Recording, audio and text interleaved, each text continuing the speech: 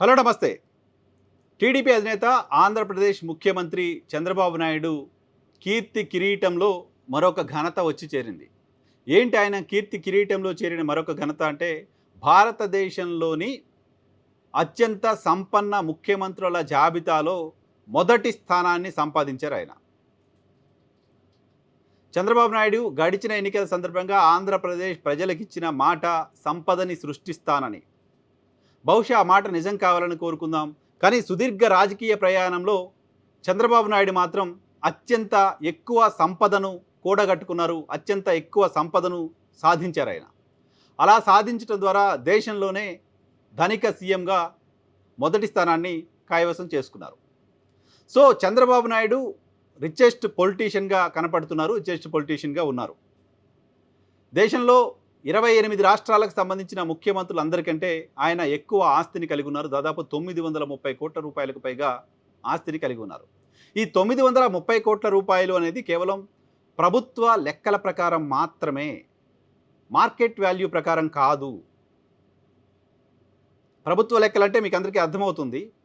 గ్రామంలోనో లేకపోతే హైదరాబాద్ చుట్టుపక్కల ఓ ఎకరానికి సంబంధించిన ప్రభుత్వ భూమి విలువ ఓ 10 లక్షలో 15 లక్షలో ఉందంటే ప్రభుత్వ విలువ ఒక ఎకరా భూమికి ప్రభుత్వం కట్టే విలువ 10 లక్షలో 15 లక్షలో ఉందనుకుంటే మార్కెట్లో దాని వాల్యూ 10 కోట్ల నుంచి 100 కోట్ల రూపాయల వరకు ఉండడానికి అవకాశం ఉంది.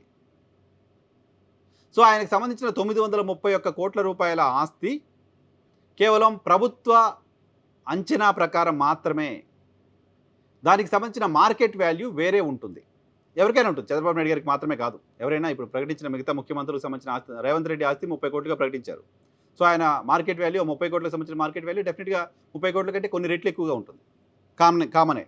కానీ చంద్రబాబు నాయుడు రిచెస్ట్ పొలిటీషియన్ ఎలా అయ్యాడు? దీనికి ఆన్సర్ దొరకట్లా.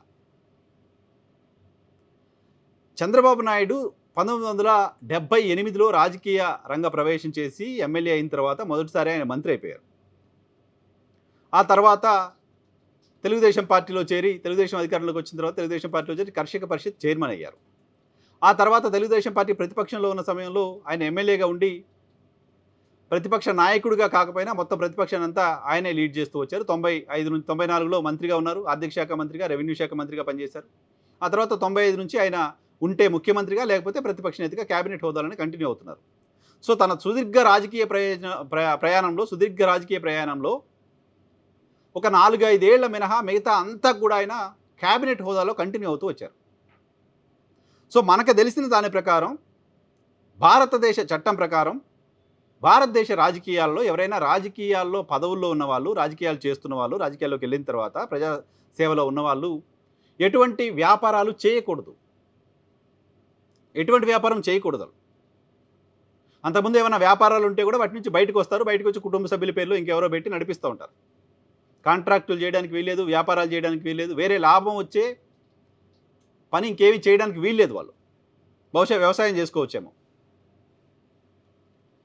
సో చంద్రబాబు నాయుడు గారు 78లో మంత్రి పదవిలోకి వచ్చిన తర్వాత ఆయన ఏ కంపెనీలోనూ డైరెక్టర్గా ఉండడానికో ఏదో వ్యాపారం చేయడానికో అర్హత లేదు ఆయనకి.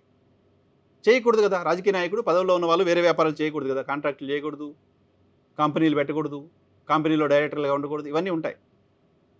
కానీ కేవలం రాజకీయ పార్టీకి సంబంధించిన నాయకుడిగా, ఎమ్మెల్యేగా ప్రతి నెలా జీతం తీసుకుంటూ, మంత్రిగా జీతం తీసుకుంటూ, ముఖ్యమంత్రిగా జీతం తీసుకుంటూ కేవలం ఈ డబ్బులతోటే ఆయన 930 కోట్ల రూపాయలకు పైగా ఆస్తులు సంపాదించడం అనేది ఖచ్చితంగా ఒక అచీవ్మెంట్. మిగతా వాళ్ళు ఎవరు సాధించలేని అచీవ్మెంట్. ఈ దేశంలో సుదీర్ఘకాలం ముఖ్యమంత్రిగా పనిచేసిన జ్యోతి బసు లాంటి వాళ్ళు సాధించలేని అచీవ్మెంట్. ఈ దేశంలో సుదీర్ఘకాలం ముఖ్యమంత్రిగా పనిచేసిన వాళ్ళలో నవీన్ పట్నాయక్ లాంటి వాళ్ళు సాధించలేని అచీవ్మెంట్. ఈ దేశంలో సుదీర్ఘకాలం ముఖ్యమంత్రిగా పనిచేసిన వాళ్ళలో కరుణానిధి లాంటి వాళ్ళు సాధించలేని అచీవ్మెంట్. ఈ దేశంలో సుదీర్ఘకాలం ముఖ్యమంత్రిగా పనిచేసిన వాళ్ళలో ఒకరైనా నరేంద్ర మోదీ సాధించలేని అచీవ్మెంట్. నిజానికి నరేంద్ర మోదీ సాధించలేని అచీవ్మెంట్. దిగ్విజయ్ సింగ్ 10 ఏళ్ల పాటు ముఖ్యమంత్రిగా ఉన్నారు, ఆయన సాధించలేని అచీవ్మెంట్. ఉత్తరప్రదేశ్ ముఖ్యమంత్రిగా పనిచేసిన వాళ్ళు, ఉత్తరప్రదేశ్ అంటే మన తెలుగు రాష్ట్రాలు 2 రాష్ట్రాలు అంత ఉంటుంది. సో అటువంటి రాష్ట్రానికి ముఖ్యమంత్రులుగా పనిచేసిన వాళ్ళు సాధించలేని అచీవ్మెంట్ని చంద్రబాబు నాయుడు గారు సాధించారు. సో కాబట్టి చంద్రబాబు నాయుడు గారి కీర్తి కిరీటంలో మరొక మైలురాయిగా దీన్ని చూడాల్సిన అవసరం ఉంటుంది.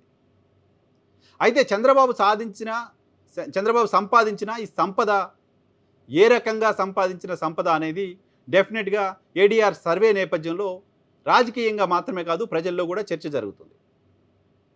సో చంద్రబాబు లాగా మనం కూడా ఓ పక్క రాజకీయం చేసుకుంటూనే వందల కోట్ల రూపాయలు ఎలా సంపాదించవచ్చు అనే దానిపైన కొత్తగా వస్తున్న రాజకీయ నాయకులంతా దృష్టి పెట్టి ఆయన నుంచి చాలా నేర్చుకునే అవకాశం కూడా కనపడుతుంది.